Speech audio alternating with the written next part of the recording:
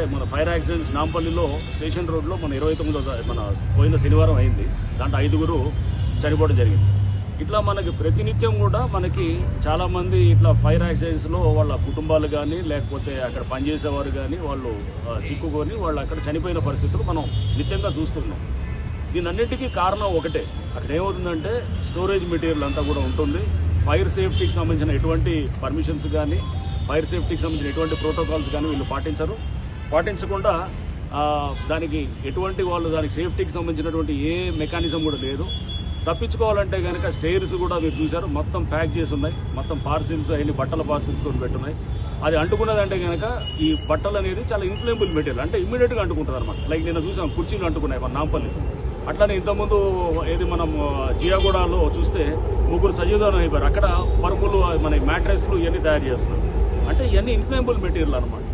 ఒక్కసారి అక్కడ short circuit అయ్యి ఏమన్నా అయిందనుకోండి వెంటనే అంటుకొని అది ఒక బట్టల మీడియం ద్వారా ఒక షార్ట్ సర్క్యూట్ ఒక చిన్న స్పార్క్ వస్తే అది అంటుకున్న తర్వాత మొత్తం స్ప్రెడ్ అయ్యి అందరికీ వెళ్ళిపోతారు.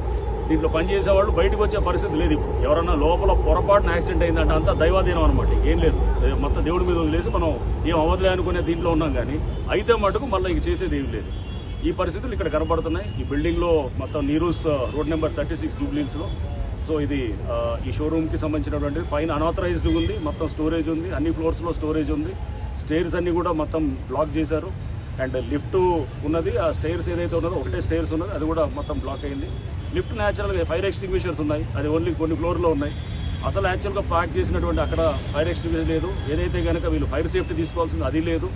నెక్స్ట్ అన్ఆథరైజ్గా ఒక ఫ్లోర్ పైన వేశారు, అది కూడా ఒక వైలేషన్ ఉంది. సో ఇవన్నీ ఈ బిల్డింగ్ మీద ఎట్లా చర్యలు తీసుకోబోతున్నాయి?